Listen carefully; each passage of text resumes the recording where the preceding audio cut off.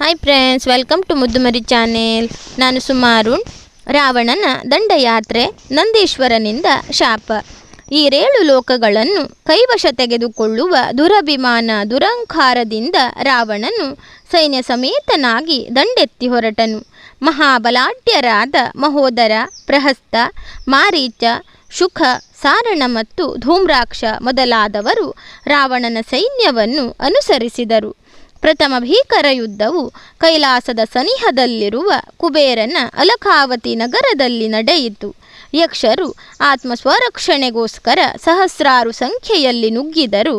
ಕೋಪಾವಿಷ್ಟನಾದ ದಶಕಂಠನು ಸಿಂಹನಾದಗೆಯುತ್ತಾ ಯಕ್ಷ ಪಡೆಯನ್ನು ಸದೆಬಡಿದನು. ರಾವಣನ ಪ್ರತಿಯೋರ್ವ ಮಂತ್ರಿಯು ಪ್ರತಿಯೊಂದು ಸಹಸ್ರ ಯಕ್ಷರಲ್ಲಿ ಕಾಳಗವನ್ನು ಹೂಡಿದರು.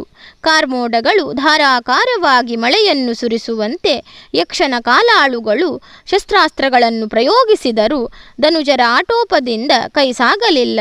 ಶುಕನೇ ಮೊದಲಾದ ಬಲಾನ್ವಿತರು ಆ ಸೇನೆಯನ್ನು ಕಂಗೆಡಿಸಿದಾಗ ಅನೇಕರು ಸೋತು ಬಿದ್ದರು. ಇನ್ನು ಅನೇಕರು ಕೈಕಾಲುಗಳನ್ನು ಕಳೆದುಕೊಂಡರು. ನದಿಯ ಬಿರುಸಿನ ಪ್ರವಾಹಕ್ಕೆ ಬುಡ ಸಹಿತ ಕೊಚ್ಚಿ ಹೋಗುವ ಗಿಡಮರಗಳಂತೆ ಅನೇಕ ಯಕ್ಷ ಪ್ರಮುಖರು ದಾನವರ ಪ್ರಹಾರದಿಂದ ರಣರಂಗದಲ್ಲಿ ಮೂರ್ಛೆ ಹೋದರು. ದಾನವ ವೀರರ ಬಲ ಮೇಲಾಗುತ್ತಾ ಬಂತು. ರಾವಣನು ಅಟ್ಟಹಾಸದಿಂದ ಅಲಕಾವತಿ ನಗರದ ಹೆಬ್ಬಾಗಿಲಿನ ಮಧ್ಯಭಾಗಕ್ಕೆ ಕಾಲಿಟ್ಟನು.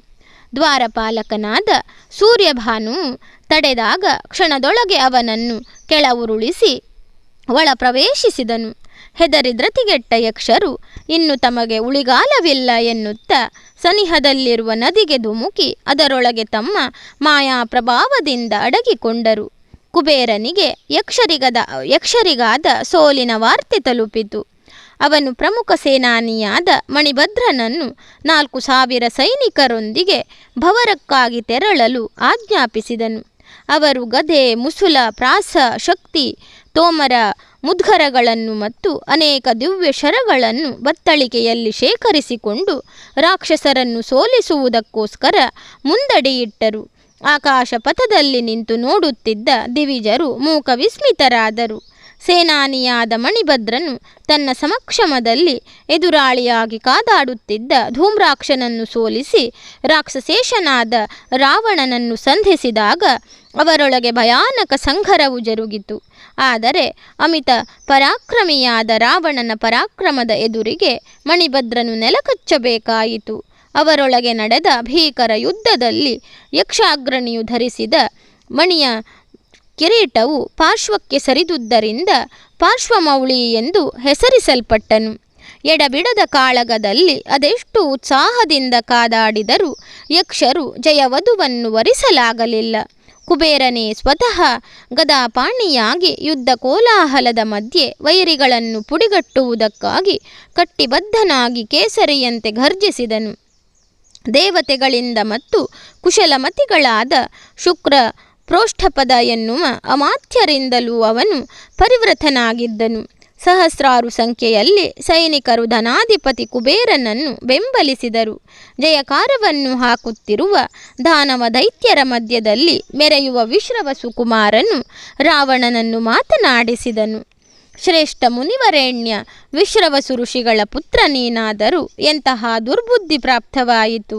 ಸ್ವಸುಖಕ್ಕೆ, ಸ್ವಪ್ರತಿಷ್ಠೆಗೆ, ಸ್ವಾರ್ಥಕ್ಕಾಗಿ ಅದೆಷ್ಟು ಮಂದಿಯನ್ನು ಕೊಲ್ಲಲಿಲ್ಲ. ಈ ಅಧರ್ಮದಿಂದ ದುಃಖ ಪ್ರಾಪ್ತಿಯಾಗುವುದಲ್ಲದೆ ಸುಖವೆಂದಿಗೂ ದೊರಕಲಾರದು. ಈ ನೀಚ ಕೃತ್ಯದಿಂದಾಗಿ ಭವಿಷ್ಯದಲ್ಲಿ ಪಡೆಯಬಹುದಾದ ದುರ್ಗತಿಯನ್ನು ಅರೆ ಕ್ಷಣವಾದರೂ ಯೋಚಿಸಿರುವೆಯ? ಮಾತಾಪಿತೃಗಳಿಗೆ ನಿಷ್ಠೆಯ ಸೇವೆಯನ್ನು ಮಾಡಿರದ ನಿನಗೆ ಹೇಗೆ ತಾನೇ ಸದ್ಬುದ್ಧಿ ಉಂಟಾಗಬಹುದು? ನಿನಗೆ ಬುದ್ಧಿಯ ವಚನವನ್ನು ಬೋಧಿಸಿದರೆ ಘೋರ್ಕಲ್ಲ ಮೇಲೆ ಮಳೆ ಸುರಿದಂತೆ. ಹೀಗೆ ಹೇಳಿ ಕುಬೇರನು ತನ್ನ ಗದೆಯಿಂದ ಸಹೋದರನಾದ ದಶಕಂಠನ ಮೇಲೆ ಹೊಡೆದನು. ಆಗ ರಾವಣನು ಸ್ವಲ್ಪವೂ ವಿಚಲಿತನಾಗದೆ ಕದನೋದ್ಯುಕ್ತನಾದನು. ಇಬ್ಬರು ಮಂತ್ರಾಸ್ತ್ರಗಳನ್ನು ದಿವ್ಯ ಶರಗಳನ್ನು ಹೂಡಿದರು. ಕುಬೇರನ ಆಗ್ನೇಯಾಸ್ತ್ರವು ವರುಣಾಸ್ತ್ರದಿಂದ ಕಡಿಯಲ್ಪಟ್ಟಿತು. ಪರ್ವತಾಸ್ತ್ರವು ವಾಯುವ್ಯಾಸ್ತ್ರದಿಂದ ಖಂಡಿಸಲ್ಪಟ್ಟಿತು. ರಾವಣನ ಮಾಯೆಯಿಂದ ಹುಲಿಯಾಗಿ, ಹಂದಿಯಾಗಿ, ಸಿಂಹವಾಗಿ ಸಂಗರವನ್ನು ಕೊಟ್ಟು ಮತ್ತು ಧೈರ್ಯನಾಗಿ ಕುಬೇರನನ್ನು ಎದುರಿಸಿದನು. ಲಂಕೇಶ್ವರನ ಕೋಪದಿಂದ ಹುಂಕರಿಸುತ್ತಾ ತನ್ನಲ್ಲಿರುವ ಮಹಾಗದೆಯನ್ನೆತ್ತಿ ಧನೇಶ್ವರನಾದ ಕುಬೇರನಿಗೆ ಹೊಡೆದಾಗ ಧಾರಾಕಾರವಾಗಿ ರಕ್ತ ಚಿಮ್ಮಿತು. ಬೇರು ಸಹಿತ ಕುಸಿದ ಅಶೋಕ ವೃಕ್ಷದಂತೆ ಕುಬೇರನು ಕೆಳಗೆ ಬಿದ್ದಾಗ ಪದ್ಮಾಧಿನಿಧಿ ದೇವತೆಗಳು ಸುತ್ತುಗಟ್ಟಿ ನಿಂತರು. ಪ್ರಯೋಜನವಾಗಲಿಲ್ಲ. ಆ ಧರ್ಮದ ಬೀರುವಿಗೆ ಜಯಲಲನೆ ಒಲೆಯಲೇ ಇಲ್ಲ. ಅಧಿಕಾರ ಸಂಪತ್ತಿಗೆ ದುರಾಸೆಯನ್ನು ಹೊಂದಿದಾಗ ಸಹೋದರ ಬಂಧುತ್ವ ಎಲ್ಲಿ ಉಳಿಯುತ್ತದೆ? ರಾಕ್ಷಸೇಶ್ವರನ ಆಟೋಪಕ್ಕೆ ಇತಿಮಿತಿ ಇರಲಿಲ್ಲ. ಜಯದ ಜ್ಞಾಪಕಾರ್ಥವಾಗಿ ವೈಶ್ರವಣನ ಪುಷ್ಪಕ ವಿಮಾನವನ್ನು ವಶಪಡಿಸಿಕೊಂಡನು. ಪರರ ಸಂಪತ್ತಿನಲ್ಲಿ ಆಸಕ್ತನಾಗಿರುವವರು ಎಂತಹ ನೀಚರು ಎಂದು ಆ ಅಪೂರ್ವವಾದ ವಿಮಾನವು ಕಾಂಚನ ಸ್ತಂಭಗಳಿಂದ, ಮುತ್ತಿನ ಜಾಲರಿಗಳಿಂದ ಕೂಡಿತ್ತು. ಚಿನ್ನದಿಂದಲೇ ವಿರಾಜಿಸುವ ವಿಮಾನವನ್ನೇರಲು ಸುವರ್ಣದ ಆವರಣಗಳಿರುವ ಮೆಟ್ಟಲುಗಳಿದ್ದವು. ಅಮರವಾಗಿರುವ ಪುಷ್ಪಕ ವಿಮಾನವು ಬಯಸಿದಲ್ಲಿ ಹಾರಬಲ್ಲದು. ಅದರೊಳಗೆ ಅಪೇಕ್ಷಿಸಿದ ಹಣ್ಣುಗಳನ್ನು ಕೊಡತಕ್ಕ ವೃಕ್ಷಗಳೂ ಇದ್ದವು. ಪ್ರೇಕ್ಷಕರ ದೃಷ್ಟಿಗೆ ರಮಣೀಯವಾಗಿ ಕಾಣಿಸುವ ಆ ಪುಷ್ಪಕ ವಿಮಾನವು ಎಂಥವನನ್ನು ಅಸೂಯೆಪಡಿಸಬಹುದು? ಒಳಗಿರುವ ಪ್ರಯಾಣಿಕರಿಗೆ ಚಳಿ ಉಷ್ಣದ ಭಯವಿಲ್ಲ. ಸರ್ವ ಋತುಗಳಲ್ಲಿಯೂ ತಂಪಾದ ಹವೆಯನ್ನೇ ನೀಡಬಲ್ಲದು. ಯಾವ ಕೊರತೆಯೂ ಇಲ್ಲದೆ ಕಾಮಿಸಿದ್ದನ್ನು ನೀಡುವ ವಿಮಾನ ಅದಾಗಿತ್ತು. ಆ ದಿವ್ಯ ಪುಷ್ಪಕವು ಬ್ರಹ್ಮದೇವರ ಆಜ್ಞೆಯಂತೆ ವಿಶ್ವಕರ್ಮನಿಂದಲೇ ರಚಿಸಲ್ಪಟ್ಟಿತ್ತು. ದಶಕಂಠನು ಭುಜಬಲದಿಂದ ವಶಪಡಿಸಿಕೊಂಡ ವಿಮಾನವನ್ನು ಏರಿ ನವರತ್ನಮಯ ಕಿರೀಟವನ್ನು ಧರಿಸಿಕೊಂಡು ಹಿಮಾಲಯ ಗಿರಿಯಿಂದ ಇಳಿಯಲು ಆಜ್ಞಾಪಿಸಿದನು. ಅವನ ಅಪ್ಪಣೆಯಂತೆ ಪುಷ್ಪಕ ವಿಮಾನವು ಕುಮಾರಸ್ವಾಮಿಯು ಜನಿಸಿದ ಸುವರ್ಣಮಯವಾದ ಶರವಣ ಬೆಟ್ಟದತ್ತ ತೆರಳಿತು. ಆದರೆ ಅಲ್ಲಿ ಒಂದು ಆಶ್ಚರ್ಯ ಘಟನೆಯು ನಡೆಯಿತು. ಆ ಅಸದೃಶವಾದ ದಿವ್ಯ ವಿಮಾನವು ಮುಂದೆ ಹಾರಾಡದೆ ನಿಂತು ಹೋಯಿತು. ಆ ವೇಳೆಗೆ ಸರಿಯಾಗಿ ಕಪ್ಪು ಬಣ್ಣದ ವಿಕಟಾಕಾರದ ಕೃಷ್ಣ ಪಿಂಗಳನೋರ್ವನು ಪ್ರತ್ಯಕ್ಷನಾದನು. ಗಿಡ್ಡವಾಗಿ ಇದ್ದ ಅವನ ಶಿರದ ಮೇಲೆ ಕೇಶವು ಕಂಗೊಳಿಸುತ್ತಿರಲಿಲ್ಲ. ಆತನೇ ಶಿವನ ಅನುಚರನಾದ ನಂದೀಶ್ವರನು. ದಶಗ್ರೀವ, ದುರಹಂಕಾರದಿಂದ ಇಲ್ಲಿಗೆ ಆಗಮಿಸಿದೆಯಾ? ಇದು ಮಹದೇಶ್ವರನು ವಿಹರಿಸುವ ಪರಮ ಪವಿತ್ರ ಶೈಲವಾಗಿದೆ. ಯಾವುದೇ ಜೀವಜಾತಗಳಿಗೂ ಇಲ್ಲಿ ಪ್ರವೇಶವು ನಿಷಿದ್ಧವಾಗಿದೆ. ಆದರೆ ಅಹಂಕಾರದಿಂದ ಬೀಗುತ್ತಿದ್ದ ರಾವಣನಿಗೆ ನಂದೀಶ್ವರನ ನುಡಿಗಳನ್ನು ಸಹಿಸಲಾಗಲಿಲ್ಲ. ಯಾವ ಮಹದೇಶ್ವರನು? ಯಾರಾದರೆ ನನಗೇನು ಎಂದು ಕ್ರುದ್ಧನಾಗಿ ನಂದಿಯನ್ನು ನೋಡಿ ಗಹಿಗಹಿಸಿ ವಿಕಟಹಾಸ್ಯವನ್ನು ಪ್ರದರ್ಶಿಸಿದನು. ನಂದಿಯು ಕಪಿಯಂತೆ ಕಂಡುಬಂದುದರಿಂದ ಅಪಹಾಸ್ಯ ಮಾಡಿದನು. ಶಂಕರದೇವನ ಭೃತ್ಯನಾದ ನಂದೀಶ್ವರನು ಕೈಕಸಾಪುತ್ರನ ಅಸಡ್ಡೆಯನ್ನು ಸಹಿಸಲಾರದೆ ಕೋಪೋದ್ರುಕ್ತನಾಗಿ ಶಾಪವಿತ್ತನು.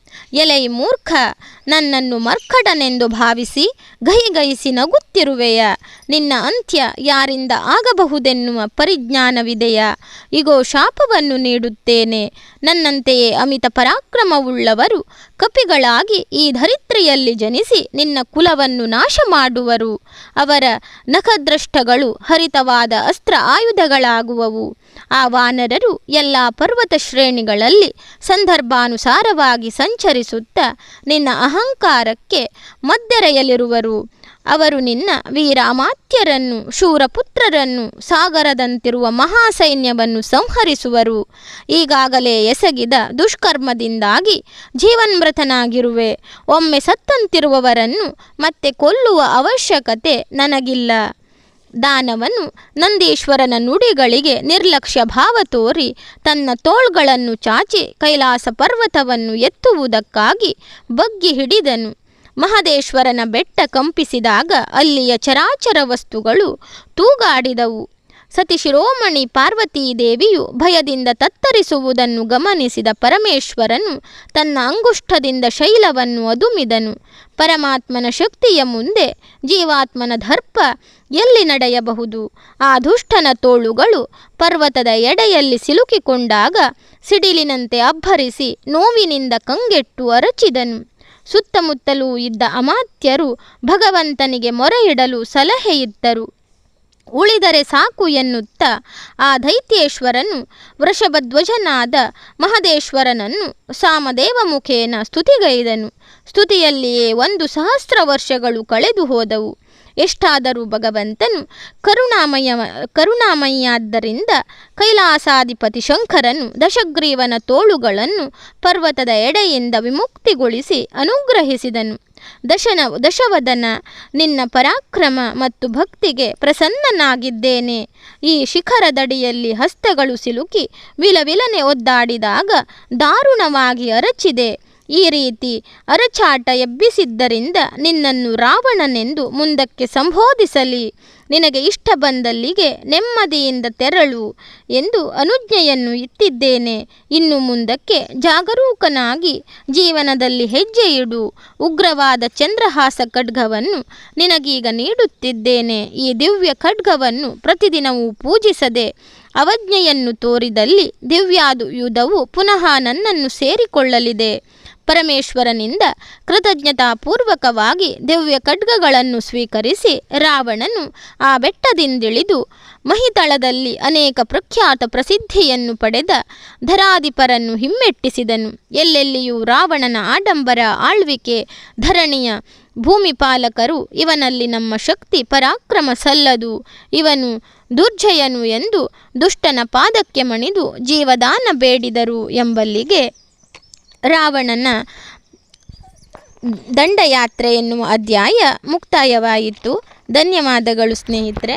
ರಾಮಾಯಣದ ಈ ಕಥೆಗಳೆಲ್ಲ ನಿಮಗೆ ಇಷ್ಟವಾಗ್ತಾ ಇದ್ದರೆ ನನ್ನ ಮುದ್ದುಮರಿ ಚಾನಲನ್ನು ಸಬ್ಸ್ಕ್ರೈಬ್ ಮಾಡದೆ ನೋಡ್ತಾ ಇರುವವರು ದಯವಿಟ್ಟು ಸಬ್ಸ್ಕ್ರೈಬ್ ಮಾಡಿ, ಆಲ್ ಅಂತ ಸೆಲೆಕ್ಟ್ ಮಾಡಿಕೊಳ್ಳಿ, ಶೇರ್ ಮಾಡಿ, ಲೈಕ್ ಮಾಡಿ, ಕಮೆಂಟ್ ಮಾಡಿ.